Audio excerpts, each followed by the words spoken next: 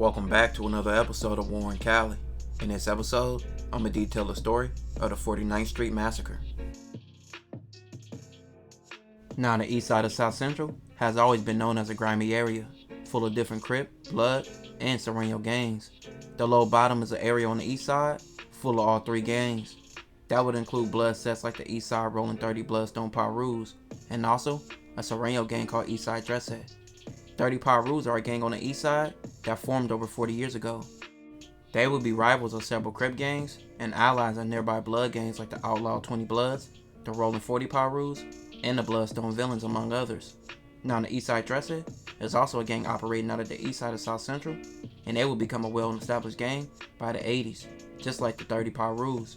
They would have several rivals like 38th Street, F13, and Bloods like the 20 Outlaws and the 30 Pirus. But at first, both gangs were not rivals, but after a while, everything would change. The 30 Pirus and Eastside Dresshead were having flare-ups and things leading up to this war. The first occurred on March 31st, 2006, after a Latino gunman fired shots at the Rolling 30s, and this led to the Rolling 30 Pirus wanting revenge. Shortly after, they seen a Latino man parked in a car and killed him. The driver was a man named Benny. The 30 Pirus believed the victim was a gang member, but prosecutors later said that Benny was a construction worker with no gang ties, who had been taking milk home to his wife and his two daughters when he was shot. Both gangs were basically operating out of the same area. On June 16, 2006, Keon Robinson, a 29-year-old black male, died after being shot. Keon, aka Itty Bitty, was a well-loved and respected member of the 30 Pirus, and the Eastside Dresshead gang will be blamed for his murder. The 30 Pirus would declare war. On the afternoon of June 30th, 2006, 10-year-old David and his 12-year-old brother Sergio were riding their bikes in front of their home, which was located on 49th Street. Their uncle, 21-year-old Larry, and a neighbor named Luis, who was 17, were standing next to a car that was parked in front of the same home listening to music. At 4:30 p.m., a car pulled up next to their home, and two male passengers leaped from the vehicle. Each suspect was armed with an AK. The two suspects immediately began spraying a barrage of bullets at all four young men. After entering their guns, the two suspects jumped back in their vehicle and were driven from the scene by a third suspect. The aftermath of the shooting was devastating. David, his uncle Larry, and their friend Luis lay mortally wounded in front of their home. Sergio was transported in extremely critical condition, having been wounded 3 times. Family, friends, and neighbors flocked to the scene to help the victims. LA's mayor at the time responded to the scene within an hour and qualified the attack as the 49th Street Massacre. LAPD Robbery Homicide Division detectives determined what at first looked like a drive-by shooting appeared to be a calculated slaying. They concluded that the gunman got out the car and approached each victim, firing point-blank range. Police had a few initial leads, but a video security camera caught a glimpse of the shooter's vehicle on Central Avenue moments after the killing, that eventually led to detectives be able to identify the driver. Detectives spent months on the streets, interviewing and re-interviewing witnesses tracking the potential suspects. Police believed strongly that they would find who was involved in these murders. The detectives said they truly did an outstanding job, but it was a difficult case. They said they knocked on a lot of doors to identify the individuals who were involved in the shooting. In wake of the shootings, activists were concerned that the violence might be race-related and held a meeting of Black and Latino leaders to address long-standing tensions between the two, and held unity candle-light visuals. The shooting was in part of a spike in gang-related violence on the streets of LA, and in response, LAPD and other agencies launched a crackdown that year and focused particularly on gangs with a track record for racially motivated violence. The slaying on 49th Street generated attention in part because the victims had stayed away from the gang life. David was a 4th grader at Hooper Elementary School. His uncle Larry was a father of 2 and was an aspiring singer. The shooting came as Larry was about to release a recording according to a producer who said he hoped it would launch his career. The third victim, 17-year-old Luis, was a junior at Johnson High School and was a friend of the family and also a neighbor.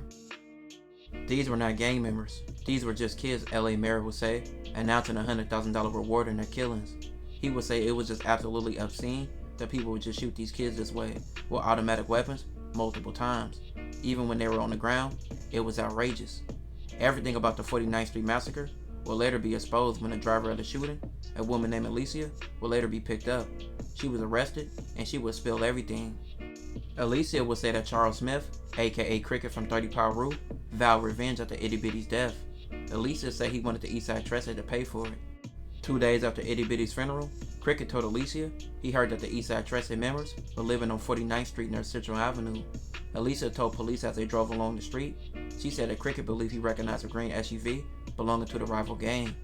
Alicia said next they picked up Ryan Moore, another member of the 30 Parus, and they returned to 49th Street. Alicia said she did not realize what the men were planning to do until she seen Ryan hand Cricket a gun. When they arrived on 49th Street, Alicia said she locked eyes with a small boy near a parked SUV. She said she scanned the area to see who was watching. She said the man got out and began shooting. They shot 10-year-old David in the attack.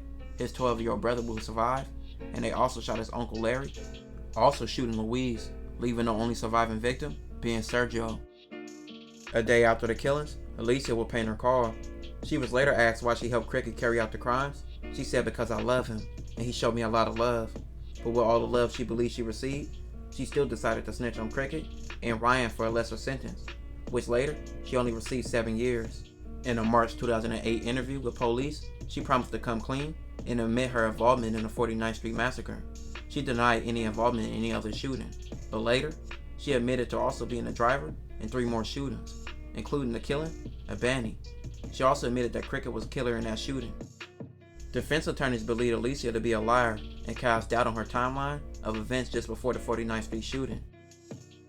Cricket's attorney urged the jury to spare their client, arguing that there was lingering doubt that he was even involved in the shooting, and also said that he had a lot of trauma in his life, including PTSD.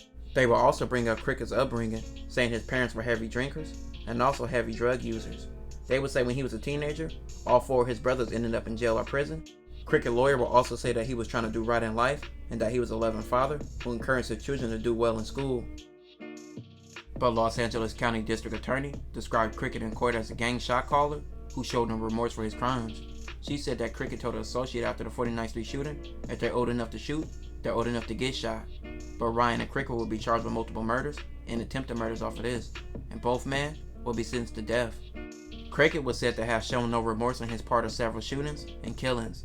It was said that he laughed and smiled his way through many courtroom sessions. Ryan is now 50, serving his death sentence. And Cricket, he is now 55, serving his death sentence as well. RIP to everyone who lost their lives. My name is Charles Smith, 46 years old. I've been convicted of 4 gang murders, and I was sentenced to death. This will conclude this episode. If you haven't already, make sure you check out my previous episodes. Don't forget to like, comment, and subscribe.